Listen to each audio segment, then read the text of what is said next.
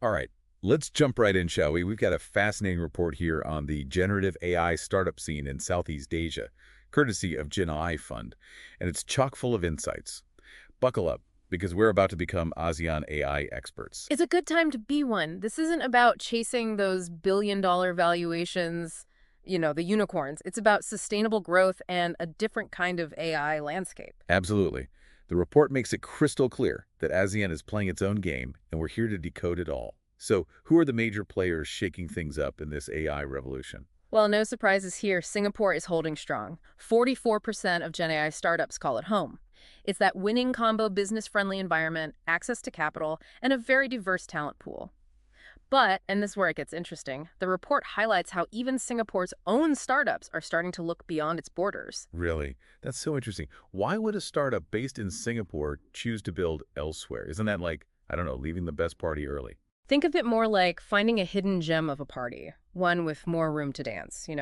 Two words: cost and talent. Building in Singapore, it's becoming really expensive, and finding the right people, it's a challenge. So startups, they're getting strategic, and a lot of them are looking towards Vietnam. Ah, Vietnam. I immediately think of Eclipse.gg, that AI tool for gamers. Yeah. Built in Vietnam, taking the gaming world by storm. Perfect example. Exactly. And Vietnam's got this amazing pool of tech talent, and it's way more affordable to operate a business there. This whole built in Vietnam, popular elsewhere thing is becoming a trend. But here's where it gets really interesting. Vietnam isn't just going for quantity, they're laser focused on quality. Did you know they have 19 fine-tuned Vietnamese language AI models? 19. Wow, that's impressive. What does that tell us beyond just, the sheer number? It tells you they're playing the long game. This isn't just about adopting AI, it's about owning it. Vietnam is positioning itself as a major player in the global AI landscape. They're creators, not just consumers. That's a powerful statement. Okay, so we've got Singapore holding strong, Vietnam on the rise. But what about Indonesia? Huge population, rapidly growing tech scene. What's their Gen AI story? That's where things get a little surprising. Indonesia, despite having a startup scene on par with Singapore, they're lagging behind in the Gen AI game. Now, that is unexpected. I'm really curious, what does the report say about why that is? It comes down to this. Indonesia's startup scene has traditionally been very consumer-focused. Hmm. Think GoTo, Traveloka, big names, huge population. B2B, especially something as deep tech as Gen AI, it just hasn't been their forte.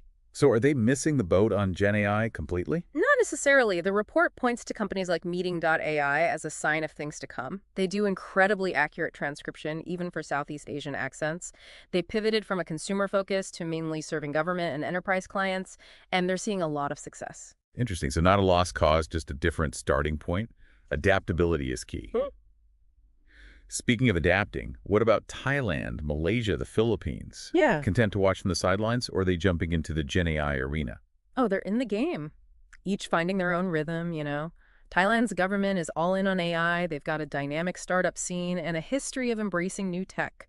Malaysia is becoming a hub for AI infrastructure, attracting big investments, and that'll benefit their homegrown Gen AI startups. Yeah. And the Philippines, they're using their strength in business process outsourcing to build some really interesting niche Gen AI solutions. I love seeing such a diverse range of approaches. One thing's for sure, ASEAN is not a one-size-fits-all region when it comes to Gen AI, each country with its own strengths and strategies, which makes it all more fascinating to watch unfold.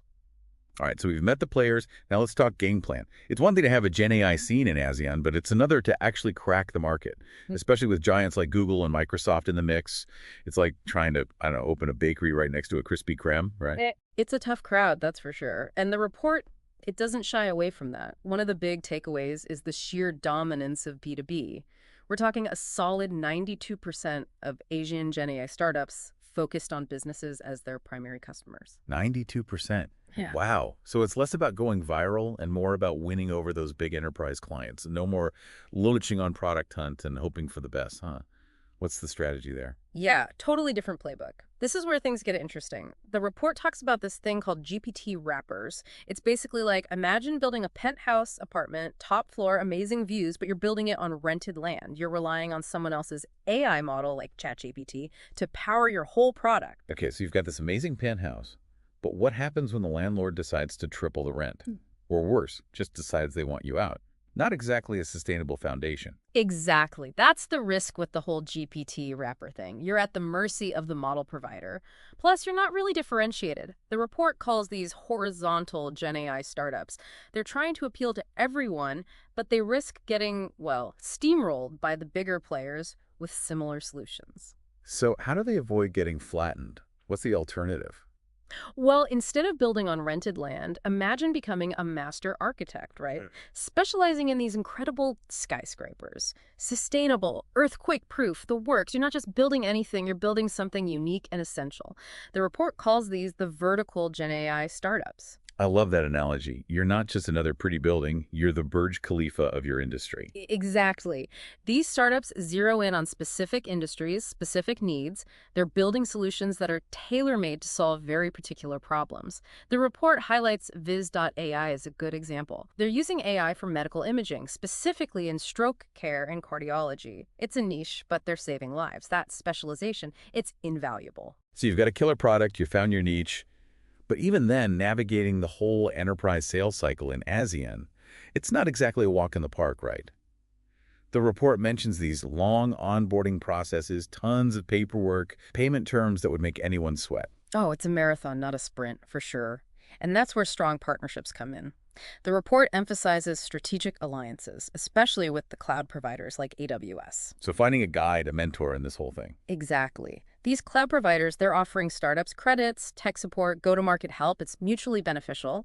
Startups get the resources they need to scale, and the cloud providers, they get to nurture these high-growth companies. It's like having a guide through the jungle, someone who knows the terrain.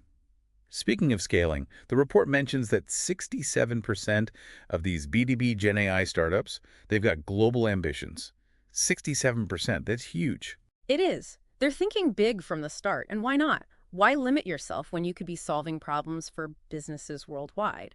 But going global from ASEAN, it requires a certain finesse. Understanding the nuances of a market, building trust in different cultures. It's not just about having a great product, it's about making it resonate. So much to think about. Sounds like ASEAN Gen AI startups need to be masters of, like, everything. The tech, the marketing, the business side, and all while trying to not get overshadowed by big tech. It's a lot. It is, and that's what makes it so exciting. The companies that can navigate all of that, build innovative solutions, tell their story, they're the ones who will shape the future of AI, not just in ASEAN, but globally. Okay, so we've talked about the challenges, the strategies, the ambition of these ASEAN Gen A startups. But the million-dollar question is this where we should be putting our money? Is it investment time? That's what everyone wants to know, right? And this report, it really digs into that. Remember all that talk about a funding winter? Well, it seems like things might be warming up, especially when it comes to Gen AI. Oh, yeah. Even with all the, I don't know, the doom and gloom we keep hearing about in the tech world. It's interesting. See, while overall startup funding in ASEAN might be down, there's a real appetite for Gen AI, especially in certain sectors. Makes sense. I mean, Right. gone are the days of getting a blank check just for mentioning AI, right? Exactly. Investors are looking for companies that are solving real problems, sustainable business models, a clear path to actually making money. And this is where ASEAN startups, they might actually have an edge. Sometimes the best way to win a race is to let someone else take the lead at first. Learn from their mistakes, you mean? Precisely. That second mover advantage, right? Right. ASEAN startups, they can see what's worked, what hasn't worked in places like Silicon Valley and chart a different course, a smarter course. So ditch the unicorn fantasies and become like a camel, built for the long haul. And now you're getting it. Yeah. That resilience is very attractive to investors right now. Plus, there's this valuation gap. You're not going to see those crazy valuations like in the US, which means there's a chance for a much bigger return. It's like finding, I don't know, a hidden gem, a market that everyone else has been sleeping on. It's the beauty of emerging markets. And the report actually highlights this venture fund that's specifically designed to support this whole ASEAN Genai scene. Genai Fund. Gen AI Fund. Okay, tell me more. Are they just another VC firm with a fancy name? They're definitely hands-on. This isn't just about writing checks. They're talking strategic guidance, connecting startups with clients, helping them figure out the whole go-to-market strategy thing. They're really invested in the success of these companies. So a little bit of investor, a little bit of mentor, a little bit of fairy godmother. I like that. And they're putting their money where their mouth is. They're predicting that strategic acquisitions, those will be the main exit strategy for a lot of these Asian Genai startups. Which makes sense, right? You've got all these big companies who want AI, And these startups that have the solutions, but maybe not the size to go public yet.